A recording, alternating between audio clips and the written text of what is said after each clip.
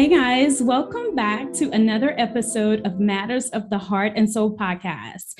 This is a podcast inspired to awaken humanity and to connect our hearts with our minds. On this episode, we are talking about the paranormal and the extraterrestrial. We have all heard the terms paranormal, aliens, UFOs, and extraterrestrials. We might have heard about government disclosures in regards to it all. So what does it all mean? Are we alone in the universe? Are there other beings out there? If you have not heard the terms, paranormal is any event or phenomena that is beyond the scope of normal scientific understanding. Extraterrestrial is of or from outside of the earth or its atmosphere. Intraterrestrial is of or being inside the earth. And terrestrial is of or relating to on the earth, growing on the earth. So this episode is all about taking the mystery out of the paranormal. So that brings us to the introduction of our guest, Freyr Thor. Hi, how are you doing? We are great. And thanks for having me. I really appreciate it. Awesome. Russell, I think you're muted.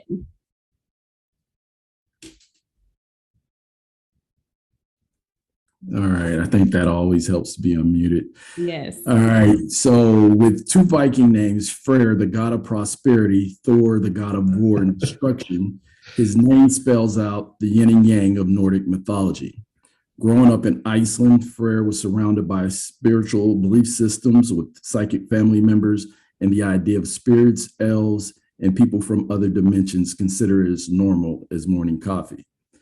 After living in Israel for a year, Freyr immigrated to the U.S. in his early 20s, went to school to earn double master's degrees in global business and film production, and worked in the film industry since the inception of digital media. He contributed to the industry standardization of codes and metadata for digital platform delivery. You can call him an expert in aggregating and distributing media content and a technical guy, which I am myself and I love, an organizer of information and data. He has started and brought to success several companies in the media and tech in entertainment. And the background and interest in all things paranormal has persisted since childhood. UFOs, aliens, past life memories, with a keen interest in the belief that the reality we live in and are taught is only part of the full picture. Most important to Freyr is staying close to his roots, spending time with his wife and 4 children, and continually seeking personal balance with nature. All right. So, and also one of the things that actually brought us together, we have a common friend, and I actually was sent to a site here because this is what he's working on right now. Thor is launching a platform dedicated to the study of unexplained phenomena, Bluebook.tv, with its support channel, YouTube Project Bluebook. And with that, let's jump into this amazing interview with this amazing guy. Freyr, once again, welcome to the podcast. Yeah. Thanks, Russell. Really appreciate that. I'm very happy to be here. And thanks for having me on. No problem. So let's jump right into it. What has actually got you into this space? What made you want to go down this particular rabbit hole? Interesting. So it's lingered in the back of my mind and my psyche since I can remember. And the reasons for that are still mysterious to me. But as I grew up and sought out my profession in data analytics, digital technology, and so forth, all of that is now I realize backdrop to my ability to aggregate content, organize it, study it, and analyze it, and help others do the same. That is the impetus for Bluebook.tv. So I am less of a researcher and more of a data organizer, so that people can dive in and draw their own conclusions. As to the interest in unexplained phenomena, my childhood had persons influential in my life that had psychic abilities. The culture that I grew within, like you stated, accepted the reality of interdimensional beings. And they conducted abductions. They appeared, disappeared. They had strange lights, halos around them, and stories of those were just common in my childhood.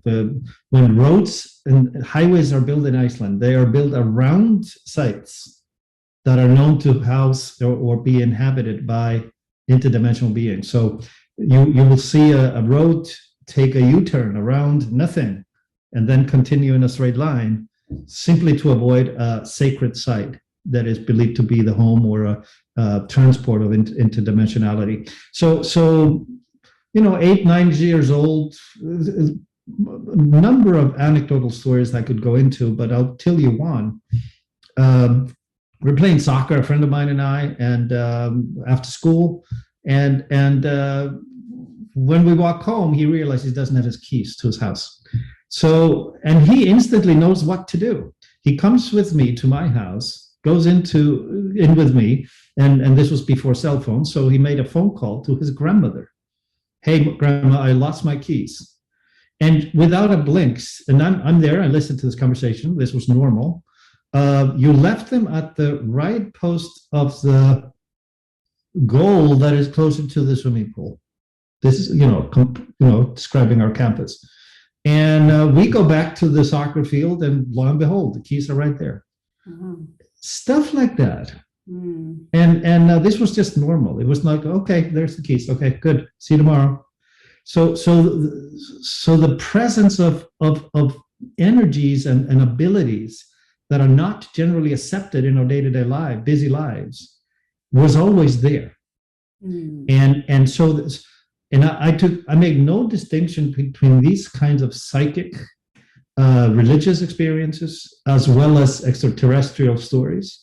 They're all anecdotes of a greater reality to me that we are yet to embrace and accept. And we will go into this conversation hopefully more, that I believe this is now becoming a hindrance to our evolution. Mm-hmm. That we're not accepting this greater reality that surrounds us all. And I would tend to agree exactly with that statement. Yeah. Freyr, do you believe that, like you said, when you were growing up, it was accepted that there were these energies. What do you think is the difference now versus, children now that were your age then? Well, first of all, I think that we have a generation of children that are, not to get stuck on terms like being woke and things of that nature. I actually think that the youngest generation coming up now is more observant, tolerant, and sort of less, dare I say, judgmental, prejudgmental. They're open-minded, they're accepting. So I even with all the technology and the focus on video games and all the things that we deem bad, from a perspective of balance in life, I think that I remain eternally hopeful and optimistic that the children that are growing up right now, they have an amazing ability to evolve their spiritual minds. So that's my view. Yeah. And it's funny that you say that. Like, we could look at something as simple as sports to see the difference, right? We look at somebody like a Michael Jordan, who was phenomenal, who had that killer instinct, right? Yep. And today, God bless LeBron James. He keeps getting compared to the guy, right? Yep. Because of the championships. But you look at LeBron James, who's someone who's a little bit more collaborative than competitive. He doesn't have that killer instinct, but he does have amazing athletic ability. But I think he just represents a generation where, he wants to be like this ultimate teammate as opposed to be the man. Yep. So like in Michael Jordan's documentary, it came out, where it may have done him more harm than good. It kind of demonized his character with some of the truths that came out on how he treated his teammates and, and his opposers. hard on them, but pushing them to be the best they could possibly be. I'm a Lakers fan. You may know that. I live in LA. And to us, obviously, for years and years, Kobe was a hero and is a hero. And watch him play and how he willpowered himself to accomplish something. They were, 10 seconds, 10 points under, and he could still willpower themselves. Just sheer sort of intent, and how he was able to channel that through his athletic abilities was just a phenomenal thing to watch, and very inspiring. Absolutely, to see it in action, how a human mind can challenge and limitations and channel its energy to do better. It was on display always with him, and yeah, LeBron as a team leader now, he's evolved and become great at it, and it's a wonderful thing to see. So today we're seeing, like in the past few months, the government has seemed to finally admit that this UFO phenomenon, I think they actually retermed it, is actually real, and it's something that they're investigating. But it seems like they're only releasing information that pretty much most of us have already known, and that they're still holding back. Why do you think now that this information is coming forth, and where do you think it is leading? Yeah.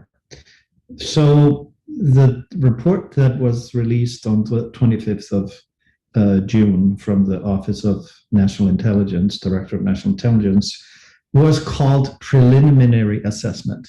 So the title of the report is Preliminary Assessment. So let's just understand that they are saying this is just the first stab at it.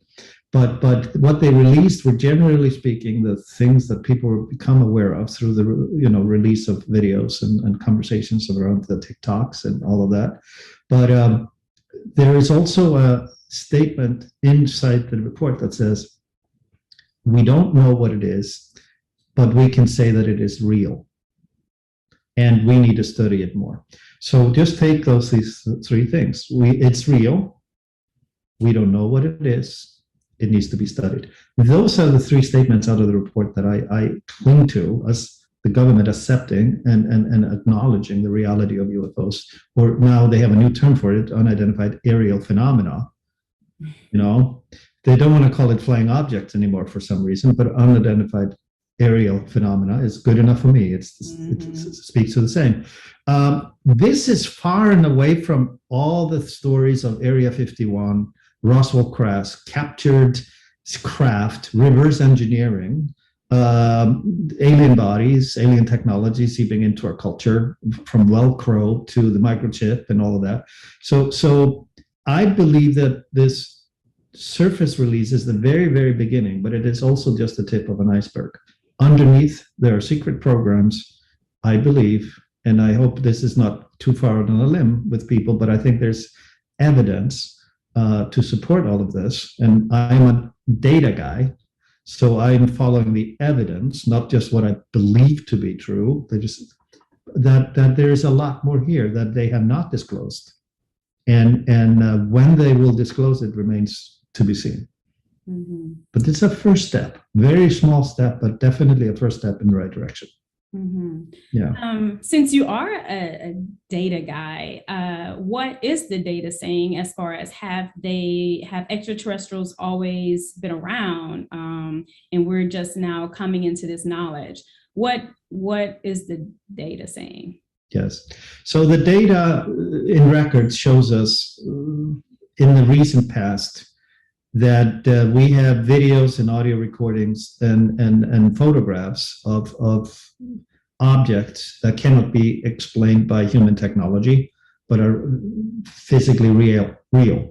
And there is plenty of circumstantial corroborative evidence when you have thousands of witnesses to an event like the Phoenix Lights, and you have a number of objects being seen in the 80s, 90s, and the 2000s in different parts of the world that look and behave the same. We have a court system, justice system, that relies on circumstantial evidence, corroborative eyewitness accounts, and we convict people based on that. There's no smoking gun. There's even no body. But the collaborative and the corroborative evidence and eyewitness accounts is enough in our court system of justice to convict somebody. If you apply that principle to the UFO phenomena, you realize that the circumstantial evidence and corroborative eyewitness accounts from multiple perspectives is overwhelmingly in the favor of their reality. That's just in the present. I did a study on medieval art, both religious and non-religious, where you see objects present, where you see, you can go into the Bible and, Gabriel to me is just like, he's like captain of a starship in my view, and he keeps coming and going. That's Archangel Gabriel. No, he's described in the Bible. So you can go into the pyramids and look at hieroglyphs inside of them. You can go to the Vimanas 4,000 years ago in India and Hinduism. And they're all describing flying objects and beings of godly stature occupying them. So if we look at all these records collectively, they're all describing the presence of, as data goes, of intelligence not of this world that we know or accept as reality. Outside of it, extraterrestrial, whether they are of a different dimension. This is where the term extraterrestrial to me is a little conflicted, because we don't know. And this is where my day sort of pursue the facts of the data. I don't know if they're from another planet, another dimension, or somewhere else. I don't know those things. There are theories, but I don't have any data that factually states that they're from this or that galaxy or a different dimension. We don't know that. That's how early stage knowledge we're in. Wow. What do you feel they want with Earth humans? Even if it's your opinion. Yeah. So if, again, studying the data, they're abducting humans and prodding and poking them with medical equipment. They are stealing DNA and protein structures from cows and other animals. They seem to be accidentally seen here and there. So there seems to be a randomness to their discovery or detection. They are prodding into our biosystem, and they are intensely interested in us. And they are, whether they are managing us for millions of years, thousands of years as intelligent, Homo sapiens, seems to be based on the data, what we've been experiencing. Whether you believe them to be behind the religious doctrines that have been introduced to man over the last 5,000 years, that remains to be seen. But there's plenty of evidence that seems to support that they have been in support of it, and so I think that without going too far into theory, their interest in humanity and the biology on Earth is intense and multifaceted. They are intensely concerned about our nuclear power.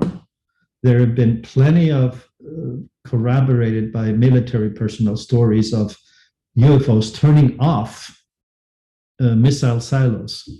There's evidence of them having, in our intercontinental ballistic missile test program in the 80s and 90s, they would intercept and disable ICBMs in midair, and they would just fall into the Pacific Ocean. They would disable 20, 30 rockets, missiles in the ground in Montana at Malmstrom Air Force Base, and then fly, always associated with the sight of lights in the sky over the base.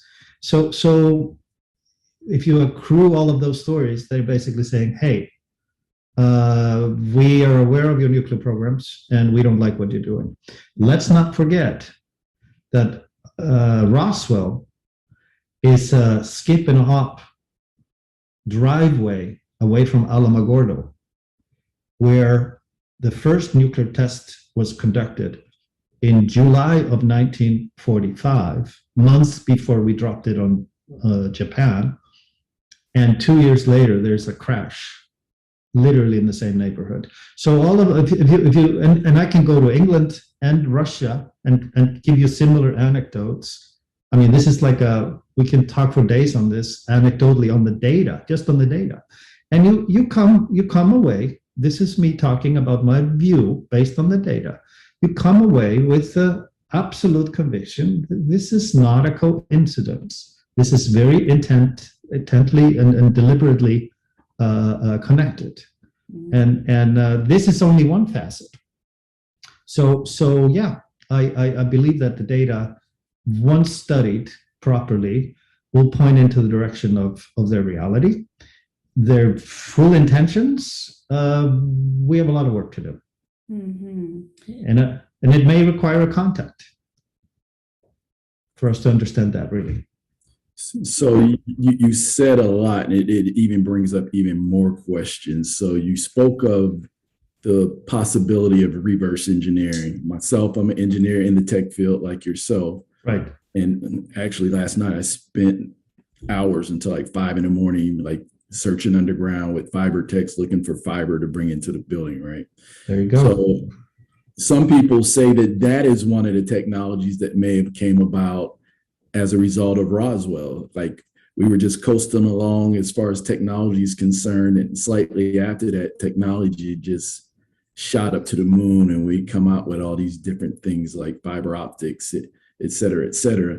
There were some companies that were mentioned that may have been involved in the reverse engineering, with our government of those Roswell crashes, which to this day, even some try to debunk and say they were hot air balloons.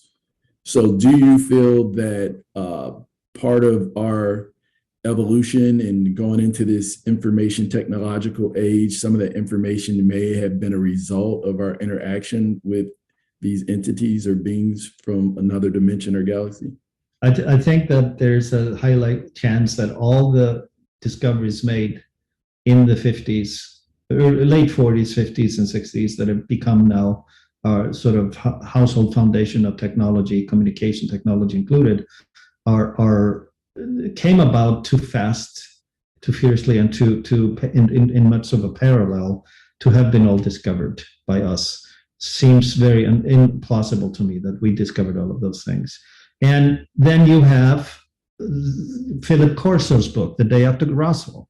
He's a military guy, and in that book, Day After Roswell, he quotes the Condon Report and other documents where you have a table of content that says, and I'm just giving you by memory examples, that craft parts go to Ohio, Red Patterson in Ohio. Biological remains go to a place in Hawaii. Technology parts in whole go to Groom Lake Area 51 in Nevada. It's a table of content, internal document that says this is where you ship this stuff. As a guide, behave like a operational guide, and as an engineer, you live by operational guides every day. I know that you do. That's part of the job.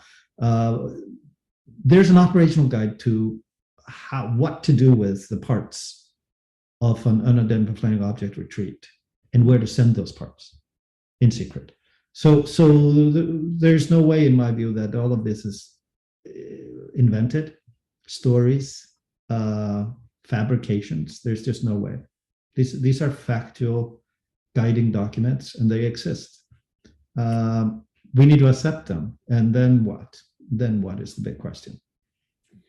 With that said, one question here. So with that said, do you feel that any of the current sightings could be reverse engineered vehicles that our government or some of these black op projects have actually created with the technology that they've gained? I can't point to this versus that. I cannot. But I do think that there are parts of technology, the laser, the fiber optics, and I love mentioning Velcro because it's just so simple, that are possibly integrated technologies that came out of it, and they were deliberately disseminated out of the Pentagon at the time, a secret office that took care of that. Hand over to industry these parts so that we could evolve them. Whether there is entire knowledge been discovered where we know their energy, we know their sort of anti-gravity technologies that have been claimed to be in existence for these crafts, which would explain why they don't have any propulsion and why they radiate magnetism and electricity when eyewitnesses and people that come close to them have been shocked and electrified and even radiated as a result of being close to these things. We whether we know these knowledges currently, I don't know, but I believe Bob Lazar, which people know to be the guy that blew the whistle on Area 51 reverse engineering programs. He was part of it. That's why he knows. And why I believe him, other than him being an articulate scientist himself and a physicist that lives in the realm of science and data, that he had nothing to gain and everything to lose to come forward to tell the truth, even to the expense of his own intellectual curiosity. Had he kept silent, he would have stayed inside the program and learned more and more and more. Think about it as a life of a person that gets to be close to these crafts and learn them and work on them on a daily basis. He gave all of that opportunity up because he felt the need to tell the truth to the general public. So I think that we're still not understanding all the energies and the technologies that have been gifted by these crashes, but I think we're working on it every day. Mm-hmm. Yeah. So how should humanity view this? Do you feel like the extraterrestrial beings, are they benevolent? Is this something humanity should fear? If these are disclosures, how can everyone be more comfortable, be more accepting of these conversations as we evolve as a whole body of humanity? Yeah. There's a doctrine that has existed. NASA brought it up, and committees in the 50s came up with this, that humanity would not be ready for the truth. And therefore, it was better to keep this away from humanity and deny the reality of these discoveries. Patterson, Wright-Patterson was the place of this, and the Robertson Committee was responsible for this doctrine. They quoted the Columbian syndrome. I don't know if you're familiar with that concept, that when Christopher Columbus and the Spaniards came to Latin America with mirrors and weapons and measles and illnesses as well, they sort of destroyed a whole culture, multiple cultures, just by showing up, because everything they had, from mirrors to weapons, were alien to the cultures that were there, and they collapsed. They stopped believing in their religious authorities. They stopped believing in the meaning of their origins, the sun god, and so forth. And within 200 years, they were just gone, wiped off. The theory is that similar things would happen to us if we were all of a sudden introduced as a civilization on Earth to millions of year old, much more intelligent beings from another planet or wherever they come from, that our authorities over the last 80 years have believed that this would destroy us. Therefore, we must keep it a silenced, quiet secret.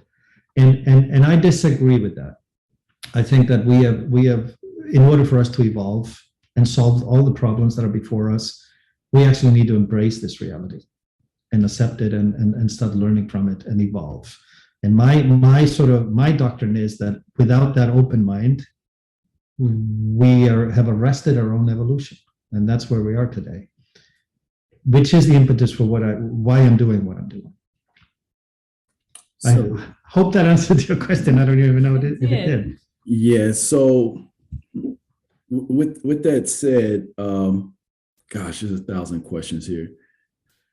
So when you look at religion, like, and think about this discovery and this disclosure, what it would actually do to the modern religions that exist today, to find that there's other beings out there in other galaxies and billions of other Earth-like planets that could be inhabited by beings that may look like us, may be slightly different or drastically different.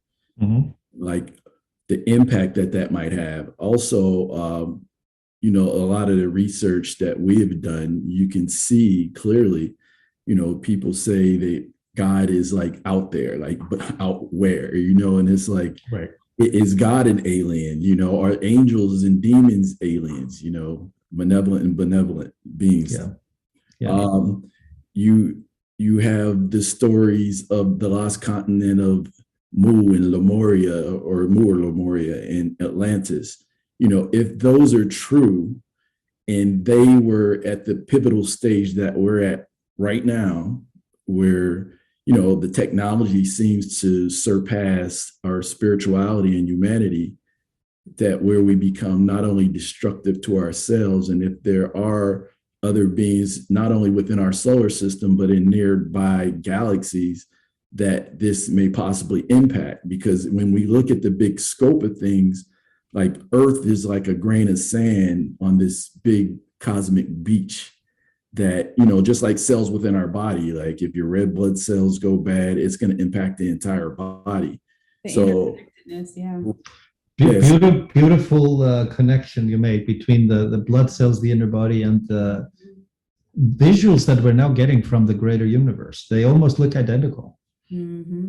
Exactly. When you look at things just like the iris of the human eye, and you look at the cosmos, yes,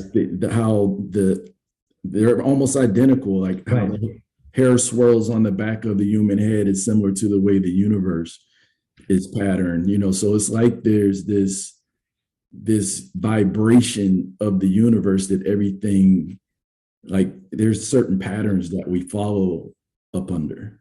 Yes. So yes, this is a whole conversation, right? Yeah. Russell, the organized religion, and I say that very deliberately, the organized religion, good as it is and been helpful to us, it's also been hurtful to us. And because it is organized, it's got walls and structures and limitations.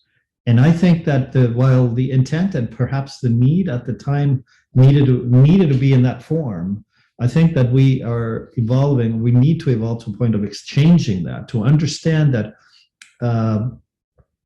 the spiritual connection does nothing to cancel God. The extraterrestrials do nothing to cancel the notion of God. It's about us understanding that the road back in time is much farther than 5,000 years. It's most definitely hundreds of millions of years. Who knows how? Billions of years? I don't know. But within that length of time, eternity, from our perspective, there is a spiritual force. I believe, a guiding principle that we call God. We may all be part of it ultimately as spirits. That the organized religion we know is just a fabulistic manifestation of it. And as such, it's true and good, but it also limits our way of thinking about it if we get stuck in the doctrine of it. That is my view of religion. So aliens are part of God's creation too. That's true. Right. True. Yep. Yeah, and the thing is, it's like if you really look at it, it seems, like even when you hear about the lost books of the Bible, and then you start to research and find what some of them actually said, or even an ancient Hebrew text. Right. Even in the Bible, there's a lot of things in there is pretty encrypted. Like when it says, "Let us make man in our image," and you say, "Who's the us?" Us and our. Yeah, yes. You get the intellectual masturbation based upon a set of beliefs that have been handed down and never questioned. But when you go back and look at the ancient Hebrew text, it kind of spells it out a lot clearer. It talks about the sons of God seeing the daughters of men. And it pretty much talks about these etheric beings, coming in and manifesting in the physical frame and going into not only women, but animals and, in the early humanoids and so forth, and creating giants. Yes. There's plenty of fossils and history and stories, even you're, from the region of the world you come from, very great detailed stories that people just write off 100% mythology, when in actuality, there seems to be a lot of truth to it.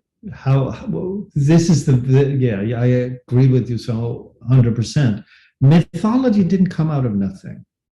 Any myths in human history, where it originated on the planet doesn't matter. It doesn't come out of nothing. It is based on something, and that's exactly what it was. And I think that we need to go back to those thinkings and rediscover the Book of Enoch and all the other old Hebrew texts to realize that there's a lot more to this than the sanitized version of the Bible that has been handed down to us over 2,000 years. Exactly. A lot more to it.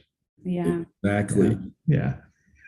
Freyr, can you touch on contact? Do we have to be of military leadership to be contacted by extraterrestrials, or what is the data showing? Since I know you said data, are regular human beings being contacted because they possess a certain energy or vibration that aligns with extraterrestrials?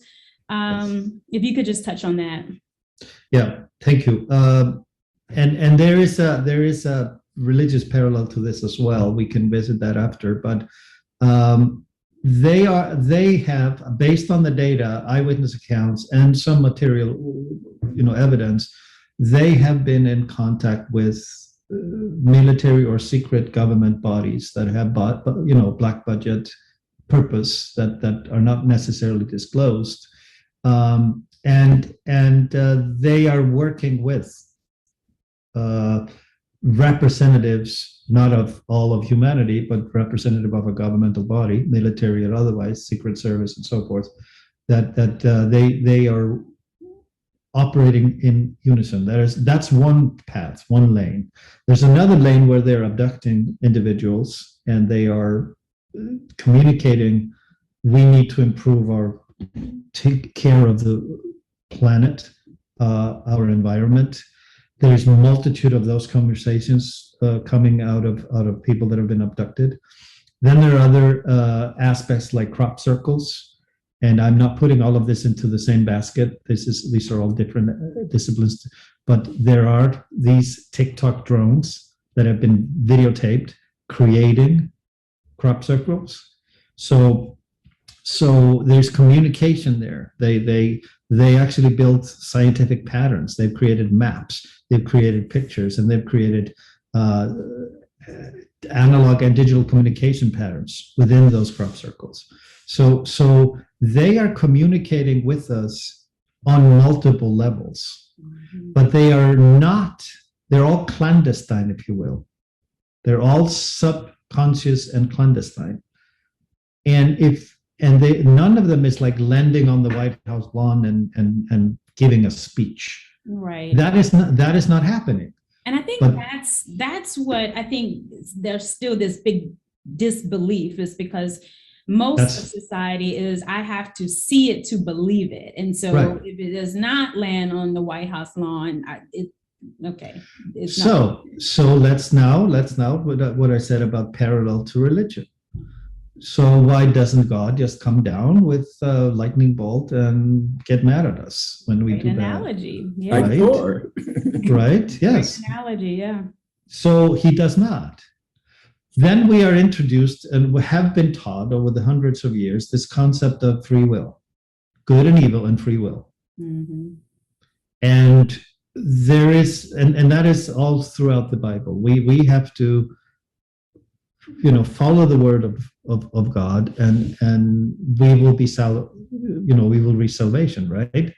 On the extraterrestrial alien or UFO side of things, there is one message that was received through crop circles and abducted people that says, and I'm quoting, a new world awaits us if we can take it.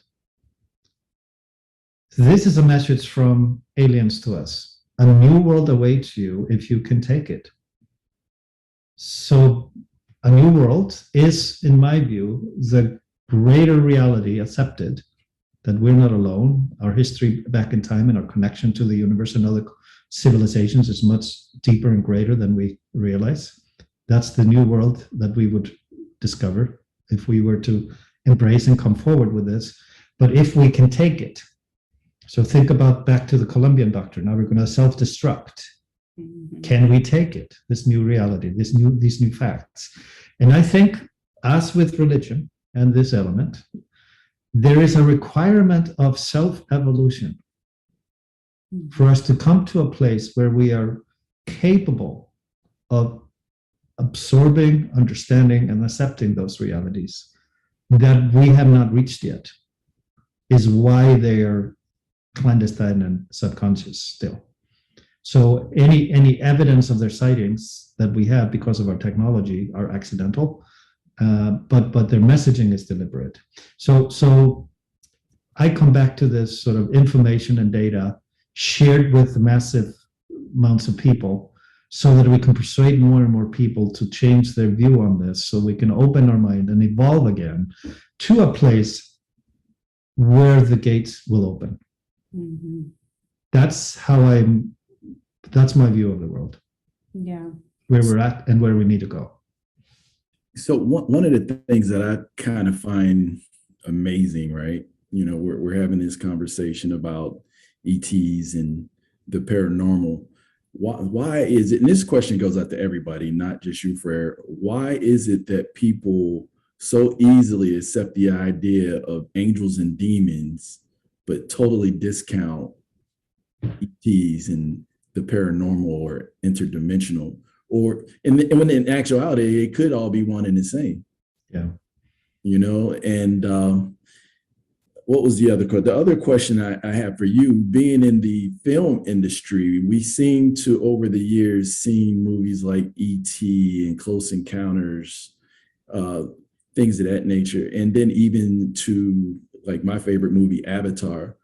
It seems like these producers are hearing the same information we have in trying to get this message out there. Is it something that's trying to warm us up for something to come, or are these people just really trying to say, hey, you know, we need to look at these things a little deeper? I think you're absolutely on target thinking about it that way. We are being gradually adjusted to the notion of those concepts. And they do it through popular culture.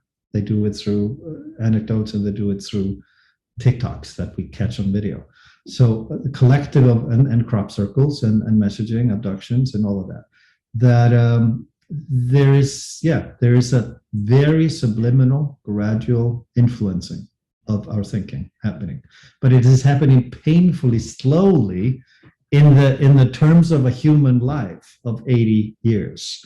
It is just so painfully slowly that this is happening over multiple lifetimes. It seems. You and I, all three of us, we want to know these truths within our single lifetime. So let's pause on that, and you guys have talked about this plenty in your podcast, that there is no such thing as a single lifetime. We will come back, and next time we should come around, we will learn more.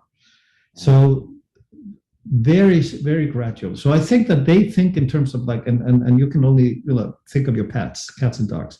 To them, you are eternal, because they were babies and then they grow up and they grow old and die, and we're always the same to them.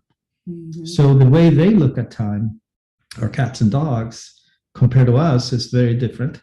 And I think the same applies up the scale, that the people that beings that live for hundreds or thousands of years, the 80-year lifespan of a human is just a drop in the bucket to them. I agree with that. Very much so. And you touched on something, and this conversation can go on forever, but you touched on something about reincarnation, and that goes back to religion. And this is not to dismiss religion at all. You know, it's like, I'm not going to throw the baby out with the bathwater. I think some people actually need that, but ultimately the religion should help them to become, say, more spiritual in the end, you know, because I think that's the common unity. That's why all the major religions have these, you know, there's an exoteric and then there's the esoteric side of all of them. But the esoteric side is that spiritual side where all of them behind, they get along, they can respect the differences of culture, of religion and ideology and things of that nature. But, you know, we talk about this once again on our podcast, that we are no more than, our soul is no more than energy that cannot be created nor destroyed. It just changes shape and form and moves. Right. So we always were, we always will be. And who's to say that at one point we were not them? They may be coming from the future back to warn us about what our fate is, and almost like the butterfly effect. Okay, we have this choice. We can go the way Atlantis and Lemuria did, or we could go this other route and go into a beautiful golden age. Yep. I think that's very true. And yeah. Freyr, we have just a few more questions and then we're going to wrap it up. I did want to ask you if you could tell us a little more about Bluebook TV. So great timing for that question after what we just discussed. That my intent with Bluebook.tv, encourage everybody to visit. First of all, the access to the content is free. You do not have to pay. You do not have to subscribe. You don't have to even give up your email or anything. So because the purpose and the importance of that is that I want people to have access to good information long term. So this is a very long-term project for me, but I want to create a place that does not exist, where people can watch endless amount of documentaries, listen to podcasts, and look at other data that shows them the reality of the existence of multitudes of unexplained phenomena. I wanted to be a knowledge base for the general public to be able to access for free and educate and enlighten ourselves with an open mind, so that we can help more and of our brothers and sisters to become aware of and accepting of this, rather than fearing it and stigmatizing it. So having, and this is not just about UFOs, it's about spirituality, it's about science and physics, and certainly about near-death experiences, afterlife, past life memories. There's going to be a whole sort of broad spectrum and presentation of phenomena that is unexplained, not sensationalized, but just out there as information. And hopefully people will, catch on to it and embrace it as a destination of information. And more people hopefully will be able to access that. That's awesome. Yeah. Awesome. Russell, did you have any other questions for Freyr? Yeah, well, not so much a question. I'll just make a statement. And, in this age of misinformation, cancel culture, and, it's like, I'd seen your soft launch. I went to the site, and that first night, I really couldn't go to sleep. I stayed up all night just combing through the information, falling asleep to it, because a lot of this stuff interests me. So for the last 25, 30 years, I've actually been down that rabbit hole seeking out this information, because I have this innate curiosity about the universe and who we actually are, where did we come from, and what's our destiny. And I think that you are actually leading the people down the right path. And I'm really looking forward to what you have going on. And everybody out there, definitely take advantage of it, because it's like having a platform like this when, a lot of the other platforms are being shut down, because people are waking up to the truth of what's going on. And when we wake up, we become free, and we become more loving, and we become more collaborative instead of competitive and more tribal. It's like, it's time for us all to come together And my brother, I thank you. Thank you for those words, Russell. That is, very well said. Very well said. If we can evolve and embrace each other and love each other more, and instead of falling into this sort of tribal behaviors that we're been guilty of for so long, that's the only way forward. The love that you're presenting is through your words. That's exactly where we need to go. The only way to go. Absolutely. Yeah. Freyr, what would you say right now is your personal message to humanity in regards to the paranormal and extraterrestrial? If you had that one message, what would that be? It's time to evolve again. We are in a state of arrested development, and we're seeing the conflicts of not only within the United States, the polar opposites on the political spectrum, but think of Israel, Palestine, think of Afghanistan. The environment we must do this. It's become an existential matter to me that we evolve again. And the only way for us spiritually to evolve is to open our mind to the possibility that our doctrines of reality may not be complete. This is our opportunity to embrace those possibilities and study them as factual. And I think that those are going to be the gates that will open up and lead us into a future that is much more loving, caring, unified, and we will understand ourselves in a much greater perspective, with a purpose much greater than ourselves. And I think that is where we need to go. Absolutely. Yeah. Freyr, can you recommend a book to our listeners? It could be on paranormal or not. Yes.